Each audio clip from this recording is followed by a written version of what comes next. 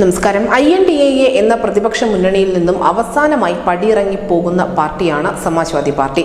നമുക്കറിയാം, ഉത്തർപ്രദേശിൽ അഖിലേഷ് യാദവിന്റെ സമാജ്വാദി പാർട്ടിയും കോൺഗ്രസും തമ്മിൽ രൂക്ഷമായ തർക്കങ്ങൾ നടക്കുന്നുണ്ടായിരുന്നു. അതിനൊടുവിൽ 17 സീറ്റ് കോൺഗ്രസിന് നൽകാമെന്നുള്ള ഒരു ഫോർമുല സമാജ്വാദി പാർട്ടി മുന്നോട്ട് വെക്കുകയും പക്ഷേ കോൺഗ്രസ് ഇത് അംഗീകരിക്കാതിരിക്കുകയും ഒക്കെ ചെയ്തു. അതിനൊടുവിലാണ് സമാജ്വാദി പാർട്ടി വ്യക്തമാക്കുന്നത്, ലോക്സഭാ തെരഞ്ഞെടുപ്പിൽ ഞങ്ങൾ സഖ്യമായി മത്സരിക്കുന്നില്ല, പകരം ഒറ്റയ്ക്ക് മത്സരിച്ചു കൊള്ളാമെന്ന്. ഈ സമാജ്വാദി പാർട്ടി മാത്രമല്ല, നമുക്കറിയാം അതിന് തൊട്ട് മുൻപ് INDA സഖ്യം വിട്ട് പടിയിറങ്ങിപ്പോയ മറ്റൊരു പ്രധാനപ്പെട്ട പാർട്ടിയാണ് പശ്ചിമ ബംഗാളിലെ ഭരണകക്ഷിയായ തൃണമൂൽ കോൺഗ്രസ്. ഈ സീറ്റ് വിഭജനവുമായി ബന്ധപ്പെട്ട തർക്കങ്ങൾ നടത്തുമ്പോൾ കണക്കുകൾ നിരത്തിക്കൊണ്ടാണ് തൃണമൂൽ കോൺഗ്രസ് അവരുടെ പക്ഷം വ്യക്തമാക്കിയത്. കാരണം 2019 പ്രകടനത്തിന്റെ അടിസ്ഥാനത്തിൽ 2 സീറ്റുകളാണ് തൃണമൂൽ കോൺഗ്രസ് ഈ കോൺഗ്രസ് പാർട്ടിക്ക് വാഗ്ദാനം ചെയ്തത്. കാരണം അവർ 3% താഴെ മാത്രം വോട്ടുകളെ ആ സമയത്ത് സമാഹരിച്ചിട്ടുണ്ടായിരുന്നുള്ളൂ.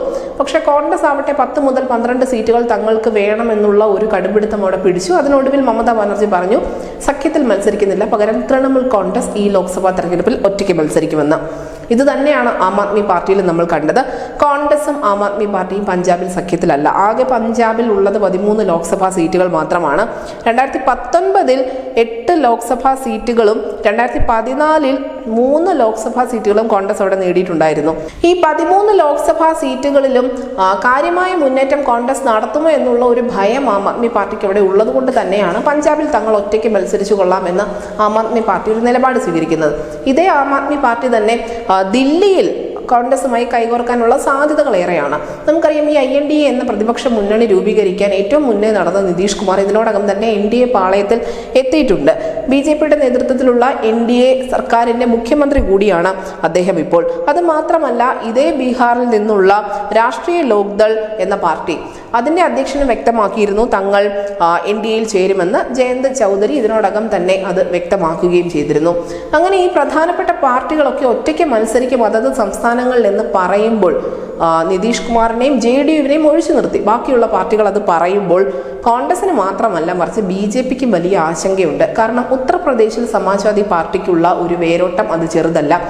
ഈ BJP അധികാരത്തിലേറുന്നതിന് തൊട്ട് മുൻപ് അവിടെ ഭരിച്ചുകൊണ്ടിരുന്ന പാർട്ടിയാണ് സമാജ്വാദി പാർട്ടി എന്ന് ഓർക്കണം. പശ്ചിമ ബംഗാളിൽ ഇത്ര കണ്ട് അക്രമ സംഭവങ്ങൾ ഉണ്ടായിട്ടും തദ്ദേശ ഭരണ തെരഞ്ഞെടുപ്പിലൊക്കെ വ്യാപകമായ ആക്രമണം ഉണ്ടായിട്ടും തൃണമൂൽ കോൺഗ്രസ് നേടിയെടുത്ത ഒരു വിജയമുണ്ട്. ഇതൊക്കെ കോൺഗ്രസിനെയും BJPയെയും ഒരുപോലെ തന്നെ ആശങ്കയിൽ ആഴ്ത്തുന്നുണ്ട്. അതുകൊണ്ട് തന്നെയാണ് ഈ ഒറ്റയാൻ പാർട്ടികളൊക്കെ ദേശീയ പാർട്ടികളായ BJPക്കും കോൺഗ്രസിനും ഒരുപോലെ തലവേദന സമ്മാനിക്കുന്നത്. ലോക്സഭാ തെരഞ്ഞെടുപ്പിൽ ഇവർ നേടുന്ന സീറ്റുകൾ നിർണായകമാകും എന്ന് തന്നെയാണ് വിലയിരുത്തപ്പെടുന്നത്. News desk India Malayalam.